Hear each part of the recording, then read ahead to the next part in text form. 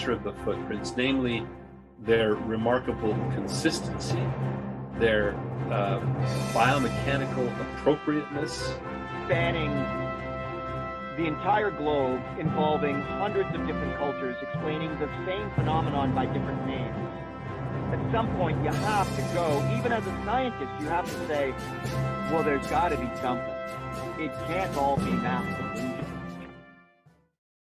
Hey everyone, welcome to Out of the Woods with the Bigfoot Influencers. I am thrilled that you guys are joining us today, and I'm more thrilled to share with you our guests that we're going to have today. So before we get to our guests, though, just make sure you give us some love. Head on over to thebigfootinfluencers.com. Check us out. Leave a note, see what kind of content on there. Buy a book if you want. There's plenty of places to buy the book there, and then head on over to YouTube.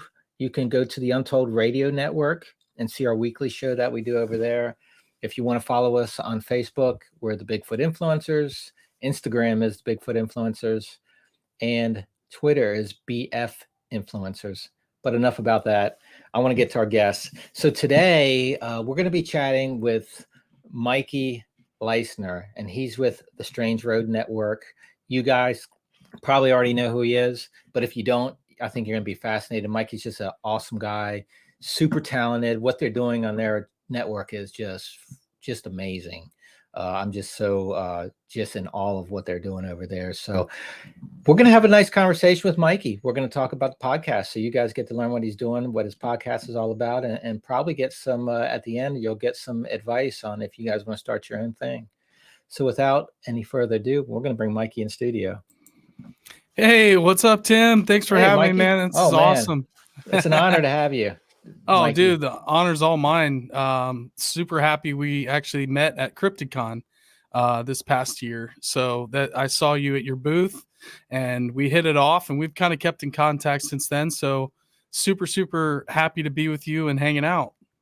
Yeah, thanks, Mikey. And when Dana and I decided to go to Crypticon, we just wanted to go because we knew there was going to be so many cool people there, and we were going to meet some. We had some friends that were going to be there too, so you get to see old friends. We get to hang out with some people that we already knew, but then we met so many new people, and we were so happy we won. It was such a good time. They put on a good event down there. Yeah, absolutely. And Jeff does a great job.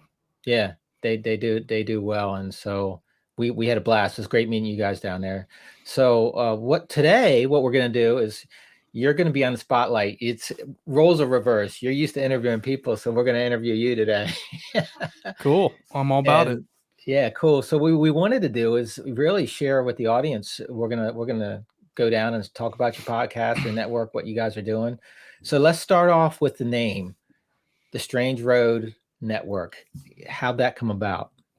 Yeah, so the Strange Road is really kind of a metaphor of just kind of the path that myself and my business partner and friend Kyle Stoner and my best friend Bub, who's the co-host of the Strange Road, and sort of our crew as production guys, but also festival goers, and just kind of a weird, strange life. We kind of always get put into some situation where it's just like, how did we end up here? So we've always kind of been weirdos have gravitated themselves toward me and my friends around me for as long as I can remember. And also it's a little nod to the Grateful Dead. And so it's really kind of a combination of a few things. And we actually had a few different names that we were playing around with before we actually formed the company in 2020, really during the pandemic. Right in the very beginning of the pandemic, actually. And we lost all of our work. Our production background is a lot of live events, concerts, festivals. So all that work, everything that we had on the schedule just completely evaporated and went away, like a lot of people's work, whether you were laid off or, if you're a gig worker, which is our kind of business model with video production across the country is you're going from job to job to job, and when there is no concert, festival, live event to shoot, but luckily we were in a position where we had been creating live streaming systems and formats for about 5 years leading up to COVID, and had a few really cool live streams that we had pulled off and helped produce. Dimensions of Disclosure in 2019 was one out in Ventura Beach, California, big UFO alien disclosure event. 3-day event, and we partnered with the producers and put on a great live stream show. It was a ticketed event. And so with some of these conferences and so forth, over the years, we kept adding graphics packages, and it'd be really cool to like bring the slideshow into the show digitally, and we could make this look so much better. So, a lot of things with us, you go to a conference, and if it is shot or live streamed, it's a guy sitting in front of a projector. And when you're shooting a camera on a projector, you can't really see what's on the screen anyways, because it's all washed out. Either it's really bright or it's too dark, or you can't see the person because the lights are out. So, we really thought we could just do that better and make it look awesome, and making a show out of it and put it online. And so with live streaming concerts, and that's kind of where we cut our teeth in terms of the technology that we use for our show now, which I like to say that the show is kind of a way for us to really just show what type of production that we can put on, and the type of systems and technology and the graphics and some of the elements that you see on our show.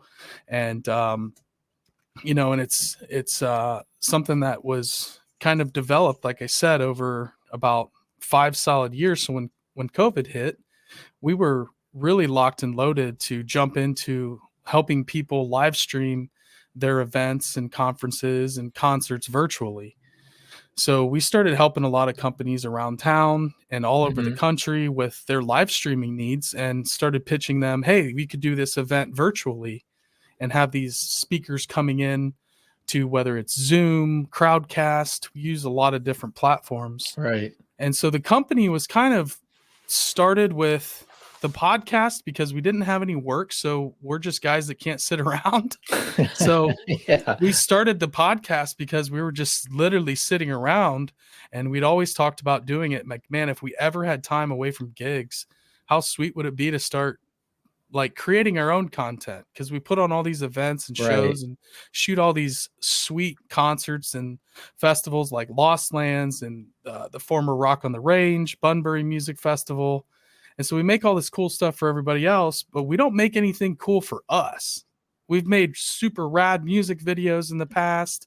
We've been a part of huge productions, small productions, but we don't really shoot anything for us.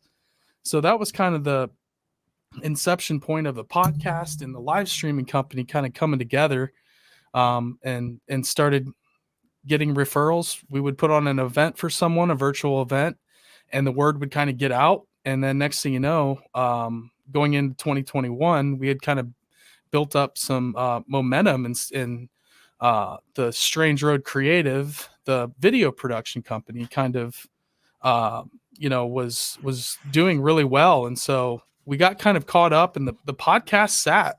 We moved into a bigger office space, and it took a while to just build that new studio out. And we were just hustling and doing tons of production, and like I said, helping people out with live streaming. And so until really right after we met you at CryptidCon, we rebooted the show in the new studio. And so we've kind of brought all of the stuff that we've been learning and doing with live streaming, and put that all together in this show.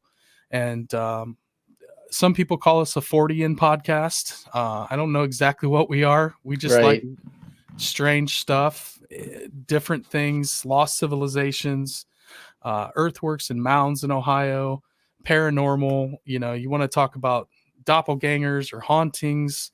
You want to talk about, cryptids, a friend of ours, the Cryptids of the Corn guys. And we've had the Cryptid Huntress and D.A. Roberts on the show. So we try to find a good balance of just like all the cool stuff we're into, and not trying to get too tight into really just following our passions at that point. And hopefully, hey, if we like it, you like it too, kind of a thing. Awesome. So, Mikey, the concept. So, for the audience, explain, you know, the dynamics of the show, from, kind of from start to finish, or what happens during your episodes. And what's cool before you get in that is make sure you touch base at. I mean, I think it's cool that you guys actually have a live studio where people can come and sit if they want, if Yeah. they're in the area. So, Yeah. Yeah. And yeah, the studio was quite a bit of just a time game. So when we would have time and a little bit of extra money, we slowly built it over, like I said, about a year and a half, a little over a year and a half it took to really get that studio into a spot. And we're really thrifty and crafty with lighting situations using LED strip light, which are $40 on Amazon. These Govee lights behind me, we're trying to get a sponsorship with Govee because in this there you entire go. office is Govee LED lights. If you've ever seen our show, our studio, our friend and artist Carlos Roa from Fifth Element Tattoo designed our wall and painted that for us, and he's designed our logo, and we all have tattoos from him. And Oh, cool. great dude, super amazing muralist, just overall artist, amazing artist. But we have the technology, multiple microphones running into a snake. So we have headphone jacks that can all, and the camera feeds and everything comes back into another room here, which is what I'm sitting in right here. Just over here to my right is kind of our master control where Stoner sits and runs all the graphics and cuts all the cameras and so forth. And so, yeah, it's a thing. I like to say it's the most advanced podcast that no one's ever heard of. Well, well, you're, I feel like I'm in kindergarten with what I do here compared to what you guys do. So, but Yeah, and we it's were fortunate because we had, when we got started with Dana and I did not know much about podcasting. I mean, we've talked to people and done things, and we've done public speaking and things like that, but this was all new to us. But we were fortunate to have, Doug Highcheck, help us, and because Doug's been around cameras his whole life, and he's just a brilliant mind. So our learning curve was ramped up a little quicker than yeah. others. But then, and then I learned from you guys. I'm always, and Mikey, for the audience, Mikey knows I pick these guys' brains all the time. Every Mikey and other guys and girls will get calls from me. Hey, how do you do this? How do you do that? Or I'll call Doug and Alex Highcheck, and it's a big family, so it's super cool. So Yeah, absolutely. If anybody ever has any type of questions on video, or if you're an audio podcast and you're trying to figure out how to do live stream or video, hit us up. We'd love to. Stoner, like I said, he's the tech wizard. We call him the wizard on the show. We introduce him as the wizard on the show, hitting all the magical buttons. Because a lot of what technology wise of what we're doing is him just dreaming this stuff up as we go. right. And and our audio engineer Matt Disbrow, he comes down and literally offers up his time because we're like I said, we're a small show, and we're trying to really kick some butt here in the last 4 months since we started the show back up. And Matt came down to help us kind of dial in some audio, and he really never left since. He just liked hanging out. When we were shooting, he was having a good time. So he comes down and helps us when he can with audio. So those two guys behind the scenes kind of make that everything look and sound, as good as it possibly can. Well, it reminds me of when I watch your episodes, two things. I love the conversational part because you guys are just kind of kicking back and having a nice conversation. And to me, it almost feels like, and this is probably what your goal was, is like I'm watching the old school news. It's just like, or someone's in studio. It's just a cool thing. So yeah, you guys are doing pretty amazing things over there. Yeah, we're trying to make it feel like a show with the way the chairs are arranged and the coffee table. And, we thought about, do we get a big desk or, that we all sit around like a traditional podcast? But, I kind of like the show format. I like the way, you can see more of the set. You're not kind of hidden behind the table, even though sometimes I like the comfort of being hidden behind a table is kind of nice at times. But You can wear whatever pants you want. No one will know. Exactly, dude. Exactly. Yeah. Stoner's dad called out, "Nice legs, Mikey," on the Oh last my live God. stream in the chat. That's He's hilarious. amazing. Yeah. Still, yeah. Stoner's So, dad's incredible. so going back, Mikey, in time, how did you get into strange things? I mean, what got you into this subject, this broad subject of, So strangeness? unsolved mysteries. Every time they would have a UFO or cryptid type or haunting or any of those shows that were, Leonard Nimoy's show, there were so few and far between. Now it's incredible. I mean, you can throw a Mhm. stone and hit somebody that's doing a paranormal show. But there just wasn't a lot in the 80s and 90s for. But every time something came on, I was just fixated. Whether it was there was on Unsolved Mysteries with a demonic possession, an episode they did on this really famous possession case, and it just enthralled me right away. I mean, in first grade, I wrote that I wanted to be a paranormal investigator or a paranormal psychologist and go to Duke University, which I had no idea what any of that really meant, but I knew that they were people that studied the paranormal. Right. Right. And as I got older, my co-host Bub and we did some stage acting in high school and did comedies and had a great time doing that. And I always thought, how cool would it be for us to go around and like have this paranormal show, like almost like a Josh Gates type, go travel around and seek out the unexplained. And with the content that we want to create, those are some things that, we can shoot anything. If you go on our YouTube page, we have different interviews, different live events that we've shot, but I'd love to get out more and do more videos like the Serpent Mound Impact Crater Tour with Thomas Johnson. If you guys haven't seen that, go check that out on our YouTube page. Thomas Johnson is a really, really interesting self-taught geologist. Overall, just knows the history of the Serpent Mound area, has lived there for so long, and came down there originally to study trilobites. Oh, So I he didn't know that. was he Wow. was Yeah. a rock hound. So the House of Fake Ops Rock Shop, Tom and Terry's alternate universe, it has many names. But if you Google House of Fake Ops Rock Shop, it's 7 miles from Serpent Mound. And you should definitely stop in there and talk to Tom. He'll tell you all the coolest places to go. The water serpent down below. And when we met him, we learned about the Serpent Mound Impact Crater, which a meteor strike 27 million years ago. They thought that this crater actually was volcanic in nature. They didn't realize that it was an impact crater until about sometime in the early 80s when NASA came and started poking around and met Tom, and they were asking him about this mineral called breccia, because that's the smoking gun. If they find this certain mineral, they know it's this impact crater, because you don't get breccia unless it's from a meteor impact. And so Tom said, "Yeah, I'll show you exactly where it is." And he brings them down there, and he just started, he had already known quite a bit about the geology in the area. And so he's kind of like one of the go-to people when you talk about the Serpent Mound Impact, which Serpent Mound is right inside this crater. And the people that built it had to have known that, because they were super, super, super smart. It's right inside it. The weather patterns are different inside the crater. And Tom goes through all of this. I'm kind of a knucklehead, but he's way better at telling this stuff than I am. Right.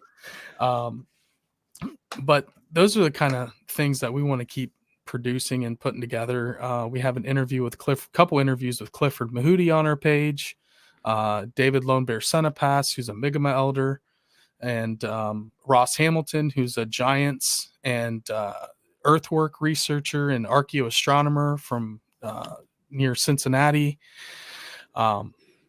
So you guys, just again for the audience who may not have picked up yet, you're based in Ohio. Yes.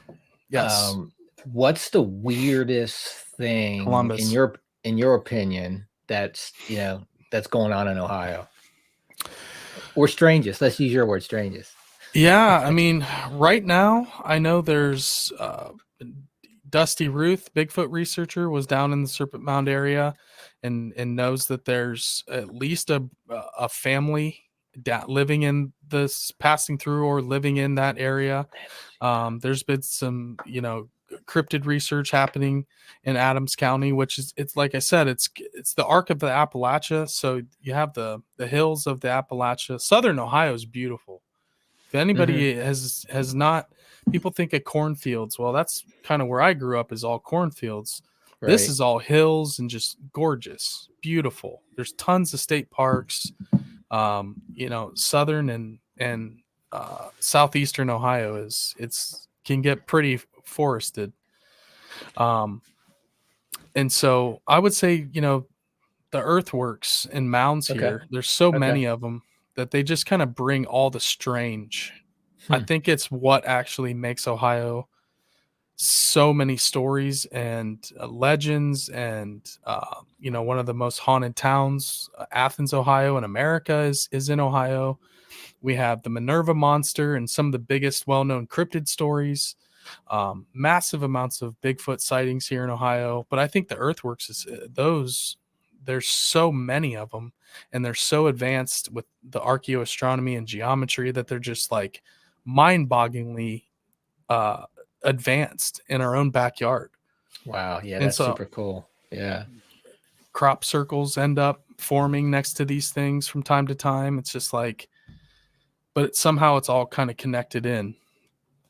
Gotcha. So, Mikey, since you started, obviously your profession, you guys did video production, and you did all the things that kind of brought all your skill set to the podcast. But what's one thing that you've learned, about yourself since you've started the podcast, a couple years ago? Yeah, I mean, trying not to take ourselves too serious is a big There you go. thing. It's like we're kind of, we really just want to lean into like, hey, it's all strange, it's all fun, and really trying to be better always on camera. And now that the show's been kind of rocking and rolling, we're definitely more at ease. So that's something that, used to do some acting and stuff back in the day, but it's been a long time. I've been behind the camera for a long time. But having Bub as my co-host, we just have had such a good rapport, and we talk like this anyways. Hmm. So it was It's a just kind of like, conversation. Yeah. we have these conversations since we were young. We go on trips together, and our friends, you get into philosophical debates, and so we've always had good conversations. So it was just a matter of like Yeah. just I think getting comfortable. I think it's fun with two. I mean, I even noticed that, like, right now you and I are talking, which is amazing. But when Dana and I do our weekly show and some of these, just her and I next to each other, it's kind of, it takes a little bit of the pressure off, because you can work together on it and you can have that Yep, conversation a lot easier. So I agree. that's fun. I So, agree. if I was going to start, for the audience, so if someone in the audience wants to start their own YouTube channel or their audio podcasts, what kind of advice do you have for them? Boy, content creation is very difficult. And I know there's so many guys out there that have full-time jobs and are working and doing this. And some of the shows that we've had on our podcast, and just kind of getting to know them, and people have been doing this for a while, and to make a living from creating your own content is really an uphill battle, which we didn't get into this to turn it into a business originally. But it's like, dude, how awesome would it be to be able to just do this and Hmm. be able to c- creating uh your income from something you make, instead of doing gigs for other, which I love our clients and I love working with everybody we work with, and the opportunities are amazing. um but being able to make it from something that you created, and only you created, is just something that I've always wanted to do. Um, but you don't have to have a crazy advanced live stream show, and a lot of people get started with a simple mic setup, and and just the content really is the key. You can have all the greatest setup in the world, but you got to really make your show engaging and interesting. And it's a grind, and if you love it, get into it and do it. And you don't, start off with a couple of microphones and a mixer and record and grow it. And if you get to a point where it's overwhelming and taking up all your time in your life, and yeah, then that's where you kind of have to sit back and go, is this something I want to, really want to keep doing? Right. Well, you said it before. You're talking about things that you guys are into. So I think that's where it starts. Just like what you said is Right. you got to be passionate about what you're talking about. That's the main thing is, if you love talking about making knives, or, we have people that ask us, oh, well, I do this. And somebody always told me you should do a podcast about this thing that you are really good at. And absolutely. I mean, if you're talking about it anyways, just turn a mic on yourself and record the conversation. Gotcha. So I want to go to, a couple things. Your production company. So outside of the Strange Road, if somebody needs help, with what video production, they can contact you. That's correct, in your company. And how would they do that? So we have a website, thestrangeroad.com. Okay. And we have our contact info there, on all the description in our every YouTube video, and every podcast we put out has our contact info in there as well. You can find us at The Strange Road on Instagram. You can DM me there on the Strange Road account, which if you DM on Twitter, Bub does all of our Twitter stuff. So, but if you really want to get in contact with me, DM me on Instagram's at The Strange Road, and or head to our website. And then you'll have guests in studio, occasionally too as well. So I want to make sure the audience knows that. Sometimes you'll see a live feed and you'll actually have physically some people in studio. Yeah. With Mikey and Bub. So yeah, absolutely. And we have some pretty awesome in studio guests coming up real soon. Yeah. Who's real coming soon. Up? Go ahead and share it if you can, if you feel like it. So we have Mike Cobb, who is a guy that helps people basically move out of the U.S. into places like Costa Rica, places in the Caribbean. Expatriation basically is what he does. And he's just an interesting guy that Bub ran into and got in contact with on Twitter. And then we have Mike Luoma, who is the Ancient Stone Mysteries. He wrote a book called Ancient Stone Mysteries of New England. And so we're going to have him on to talk about stone chambers in New England, which I'm super excited about that, because that's been a fascination of mine for a while. Dolmens and rock walls and those kind of things. Just in Ohio, we have mounds and earthworks and those we don't have a lot of stone construction. Mm-hmm. But in New England, there's a ton. And so he went around and cataloged all these stone chambers and sites. So that'll be that one. And then James A. Willis is going to be in studio. He's the Strange and Spooky Weird Ohio, the book Weird Ohio. If you guys have ever heard about that, you should definitely check it out. He's has a lot of different weird books. Weird America, I believe, is one of them too. But he's a researcher, author, and we met him at Frogman Fest, actually. Oh, wow. Nice. So he's from Ohio, and he's going to make the drive down in studio. Great. So you have just tons of things for the audience to get into. So I'm going to recommend everyone, again, go over and check out what Mikey and Bub are doing over at the Strange Road Network. And Mikey, you're amazing. my friend. Oh, dude, Tim, this has been awesome, man. Yeah, I thank you for joining us. And hey, for the audience, I'm taking off too. So we're going to see you guys on the next go around. Take care. Yeah, See thanks, you, Tim. Mikey. It's a Okay. blast. Later, dude.